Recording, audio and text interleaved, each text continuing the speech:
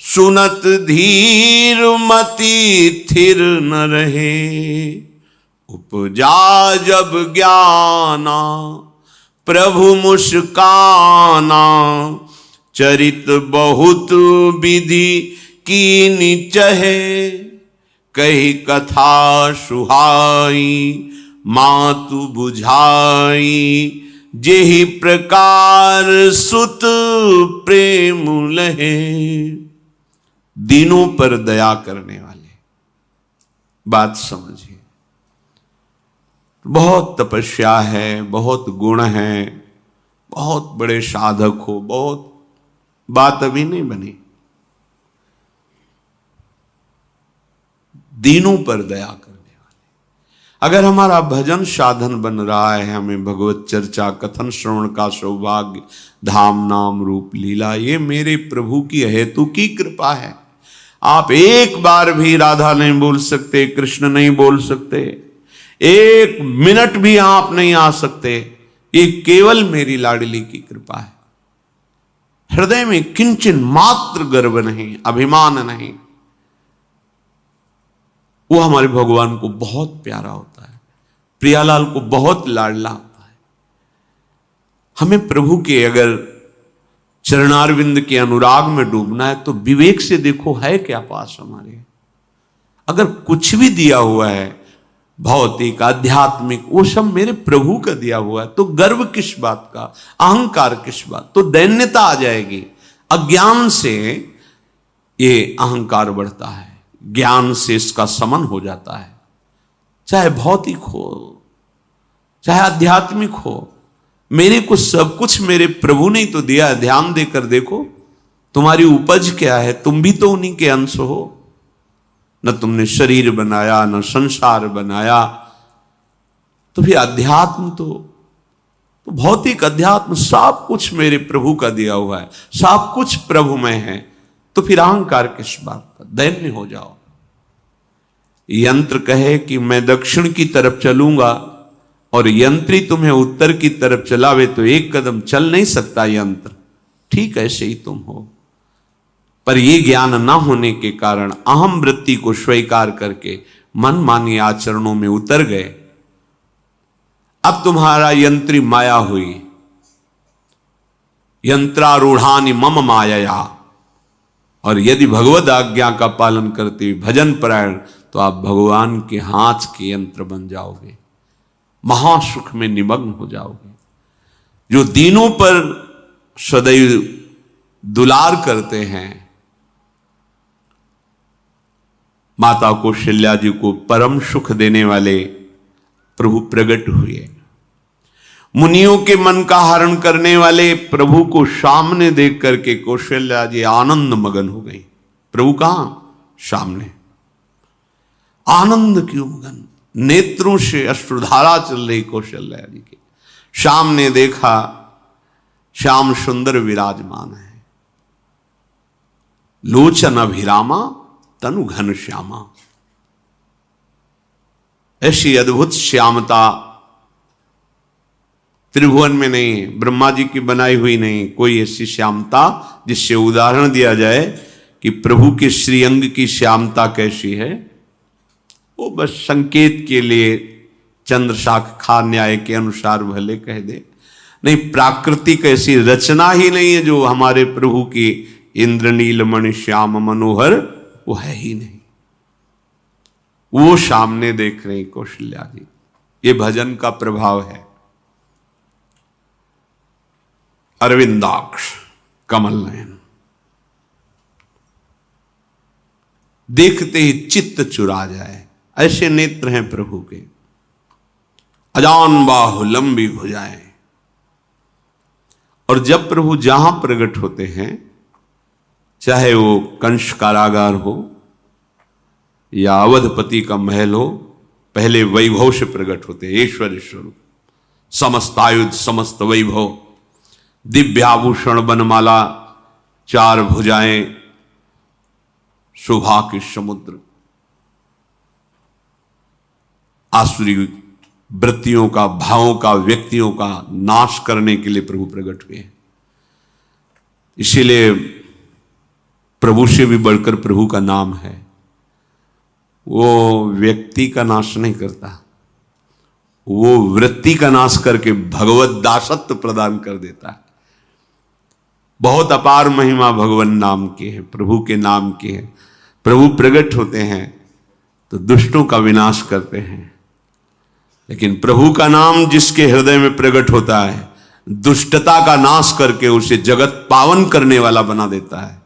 तीर्थी कुर्वन्ति तीर्थानि, वो जहां चरण रख दे उसे निष्पाप कर देता है। भूमि को, वायु को निष्पाप कर देता है जिसकी जिह्वा पे नाम चलता है। मैया ने देखा कौशल्या जी ने जगत के स्वामी सामने विराजमान, दोनों हाथ जुड़ गए।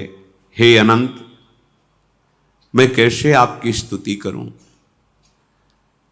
वेद पुराण ये सब स्तुति करते हुए हार गए। नेति नेति कहकर आपका पार नहीं पाए। माया से, गुणों से, ज्ञान से भी आप परे हैं, असीम हैं, अनंत हैं। श्रुतियां संतजन सदैव आपका यश गान करते रहते हैं। हे दया के समुद्र, हे शब्द, सुखों के धाम, गुणों के धाम, भक्तजन सदैव आपका गान करते रहते हैं। आज वही प्रभु मेरे सामने प्रकट हैं। हे श्रीपति, आप मुझे सुख प्रदान करने के लिए मेरे नेत्र गोचर हुए। अरे जिनके रोम रोम में अनेकों ब्रह्मांड वास करते हैं, एक रोमकूप में अनेकों ब्रह्मांड वास, वो प्रभु मेरे पुत्र कहलाए, ये तो हंसी की ही बात है। मेरी बुद्धि विचलित हो रही। प्रभु कहां आप असीम महिमा अनंत विराट, आप मेरे पुत्र। जब ऐसा वर्णन कर रहे तो प्रभु मुस्कुराए।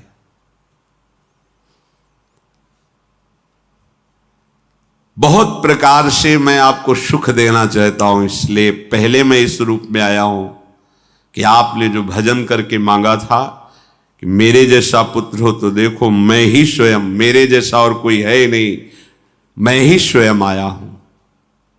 तुम्हें याद है? याद, स्मृति आई। हां प्रभु। फिर प्रभु अब इस रूप में नहीं। माता पुनि बोली सोमति डोली, तजहु तात ये रूपा, की जैसी सुलीला अति प्रियशीला, यह सुख परम अनूपा। हाँ हाँ प्रभु, याद आ गया। ओहो, अहो भाग्य, अहो भाग्य। तो फिर प्रभु ये रूप छोड़ो और जो सुख देने के लिए आप पधारे हो वो रूप धारण करो। प्रभु, जब आप हमारे पुत्र बनने के लिए आए हो तो फिर शिष्य रूप धारण करो। जो ही माता कौशल्या जी ने ऐसे वचन उचारे तो सुनी बचन सुजाना, रोदन ठाना, होई बालक सुरभूपा, यह चरित जिगावहीं, हरि पद पावहीं, तेन परहीं भवकूपा। इतना सुनते ही सुजान भगवान श्री हरि नवजात शिशु होकर के रोने लगे। जो इस पावन चरित्र का गान या श्रवण करता है वो कभी दोबारा इस संसार में जन्म नहीं लेता है। भगवान के कैसे महामहिम चरित्र देखो। अभी भगवान प्रकट हो रहे हैं और उसका फल बता रहे कि जो भगवान की इस पावन लीला का गायन या श्रवण करेगा, दूसरे साधन बने ना बने, निश्चित तो भगवत प्राप्त हो जाएगा। इसका फल ही है ये चरित जिगावहीं, हरिपद पावहीं, तेन परहीं भवकूपा।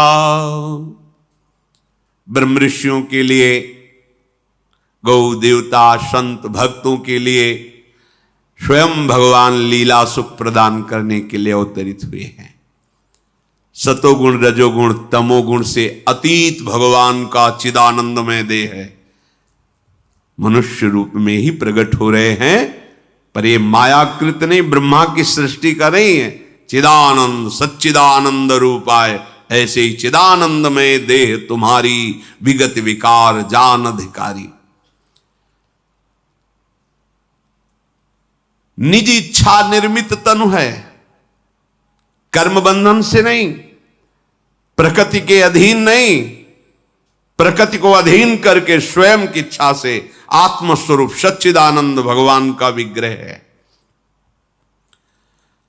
अब शिशु का रोदन सुन करके जैसे समुद्र में ज्वार भाटा आ जाता है, ऐसे महाराज दशरथ जी के भवन में सुख सिंधु की बाढ़ आ गई।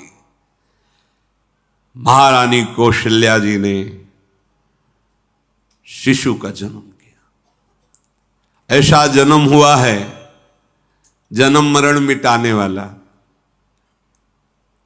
आप सोचते होंगे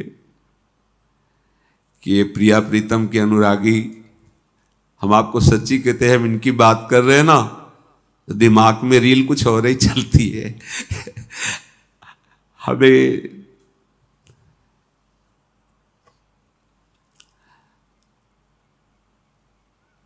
आनंद की उमगन मेरे प्रभु हैं।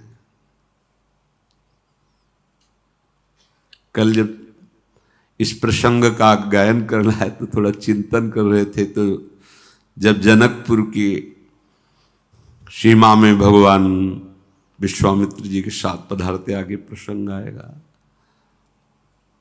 और जानकी जी जब पुष्प वाटिका में प्रभु की जब दृष्टि पड़ती है और दोनों दृष्टि मिलती है, तो उस समय दिखाई दे रहा था इतना भी अंतर नहीं था, इतना भी अंतर नहीं था। तो बता रहे प्रिया प्रीतम